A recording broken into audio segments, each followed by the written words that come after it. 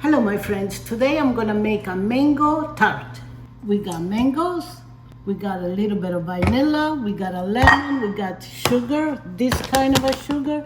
Then we got some crumble cookies that I smashed them myself.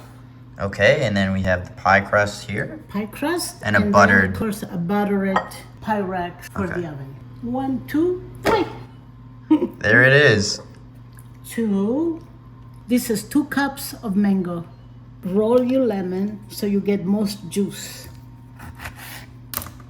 Like that. 2. Vanilla extract, Yeah. 2 tablespoons, and half a lemon. 2 teaspoons of cognac. Sprinkle some sugar. 2 teaspoons. I don't like mine too sweet. There. Sprinkle your cookies. This is gonna be so yummy. Pour this on.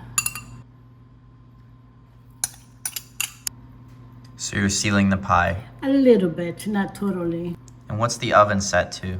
350. Cook it for a good 30 minutes.